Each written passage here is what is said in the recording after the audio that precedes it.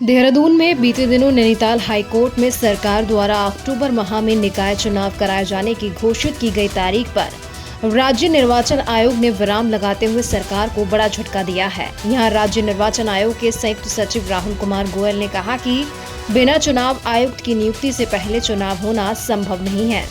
उन्होंने कहा कि राज्य निर्वाचन आयोग की ओर से सभी तैयारियां लगभग पूरी कर ली गई हैं और कुछ नगर निकायों में सरकार की ओर से क्षेत्रों में बदलाव किया गया है, जिसको लेकर जल्द ही उक्त निकायों का सर्वे कराकर चुनावी सभी तैयारियां कर ली जाएंगी।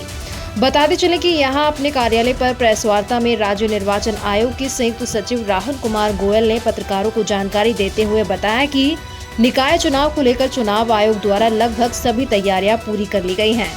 उन्होंने बताया कि सभी 99 नगर निकायों में परिसीमन का कार्य पूरा कर लिया गया है और 92 नगर निकायों में परिसीमन का काम पूरा हो चुका है। उन्होंने कहा कि अभी कुछ दिन पहले राज्य सरकार द्वारा कुछ नगर निकायों के क्षेत्रों में बदलाव किया गया है, जिसमें 7 नगर निकाय शामिल हैं जिनका परिसीमन होना है। उन्होंने कहा कि सभी नगर निकायों में मतदाता सूची में नामांकन चढ़ाने और घटाने हैं, जिसके बाद अन्य काम होना है।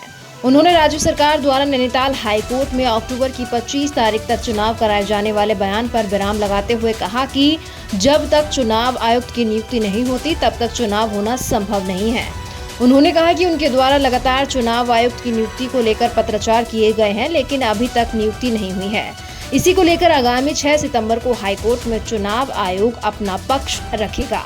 चाहूँगा कि राज्य निर्वाचन आयोग द्वारा 99 निकायों के सापेक्ष वोटर लिस्ट तैयार करने का कार्य जो है और प्रकाशन लिस्ट का पूर्व में कर लिया गया था, लेकिन अभी हाल ही में गवर्नमेंट द्वारा जो है कुछ नए निगम बनाए गए हैं, जैसे अल्मोड़ा और पिथौरागढ़ को नगर निगम का दर्जा दिया गया है। इसके अलावा कुछ निकाय जो हैं उसको अपग्रेड किया गया है, कुछ निकायों में सीमा विस्तार किया गया है, कुछ निकायों में कुछ एरिया जो है पृथक किए गए हैं। तो चेंजेस आए हैं और इनकी अनंतिम और अंतिम परिसीमन की जो अधिसूचनाएं हैं वो आयोग में प्राप्त होना प्रारंभ हो चुकी हैं। जो एक एक्चुअल स्थिति ये है कि परिसीमन के लिए परिसीमन उपरांत जो है पुनरीक्षण का कार्यक्रम हमें चलाना होता है आयोग स्तर से, और ये कार्यक्रम जो है माननीय आयुक्त राज्य निर्वाचन आयोग के हस्ताक्षरों से ही जारी होता है और एक संवैधानिक व्यवस्था है।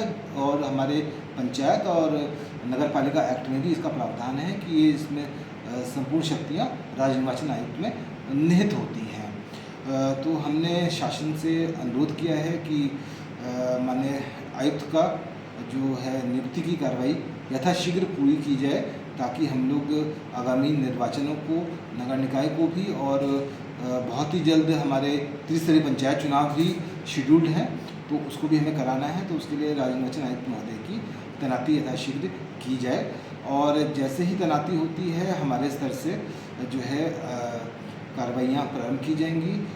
जो वोटर लिस्ट पुनरीक्षण का काम है, जितने भी ये चेंजेस हुए हैं उस पर भी कार्रवाई की जाएगी, और उसके बाद जैसे ही शासन स्तर से हम लोगों को आरक्षण इत्यादि फाइनल होके मिल जाता है, हम लोग चुनाव की घोषणा यहाँ से सरकार को प्रस्ताव भेजते हुए प्रारंभ करेंगे।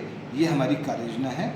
और जहाँ तक प्रोक्योरमेंट का सवाल है, तो राज्य निर्वाचन आयोग स्तर पर जो भी निर्वाचन संबंधी प्रोक्योरमेंट होता है वो समस्त कार्रवाइयाँ, टेंडर इत्यादि पूर्ण कर चुके हैं, और वो एडवांस में हम लोग तैयार हैं। जब भी गवर्नमेंट की साइड से सारे डिसीजंस हो जाते हैं और माननीय आयुक्त की तैनाती हो जाती है, हम लोग चुनाव को यथाशीघ्र जो है कम से कम समय में कराने का प्रयास करेंगे।